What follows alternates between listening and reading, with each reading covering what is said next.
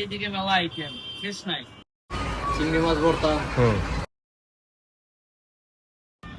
Hello everyone, it's me Sagar Bishas and I hope all of you guys are doing really very well. So now I'm in Bogura. Rajshahi বিভাগের অন্যতম একটি পুরাতন জেলা হচ্ছে বগুড়া, আর বগুড়ার এই সাতমাথা হচ্ছে বগুড়ার প্রাণকেন্দ্র।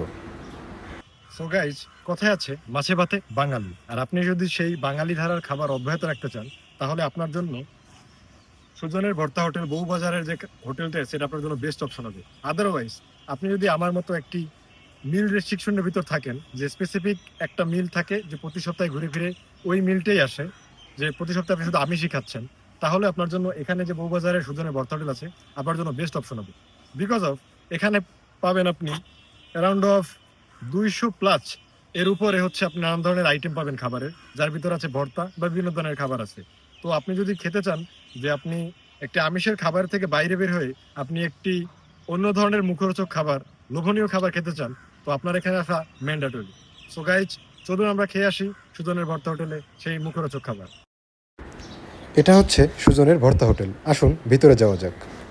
সো গাইজ, চলুন জেনে নেই এই ভাইয়ের কাছ থেকে তাদের কাছে কি কি ভর্তা আছে। এটা কি মাছ?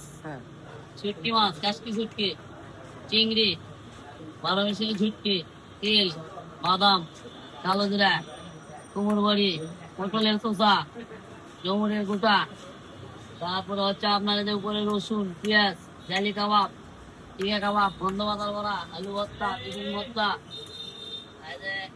ইচা মাছ ভর্তা, পটল ভর্তা, হাসি ভর্তা, মুরগি ভর্তা, টমেটো, আম, শীতল, তারপরে ধনে পাতা, ঘি মরিচ, লাল মরিচ, ডিম ভর্তা, খুল্লা ভর্তা, পুদিনা পাতা, কচু পাতা, ডাল ভর্তা, কলা ভর্তা, পাট শাক, ঢেঁড়স, বটবটি কালাই, লাল শাক, ডাঙ্গা শাক, পটল ভাজি, বেগুন ভাজি, আর এইদিকে মেলা আইটেম শেষ নাই।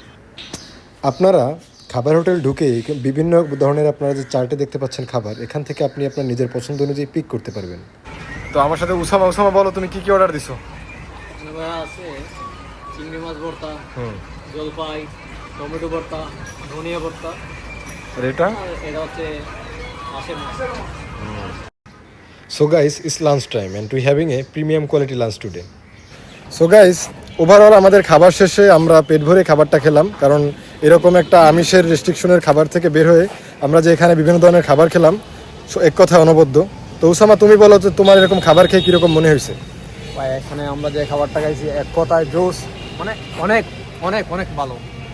তো আমরা গাইস খাবার খেয়ে আসলাম এখান থেকে। সো আপনাদেরও আমি রেকমেন্ড করবো যে এখানে বগুড়া যে বউবাজার আছে, আপনারা এখানে আসবেন সুজনের ভর্তা হোটেল থেকে, আপনারা অবশ্যই বিভিন্ন ধরনের খাবার ট্রাই করবেন। So guys, till now, see you again, good bye.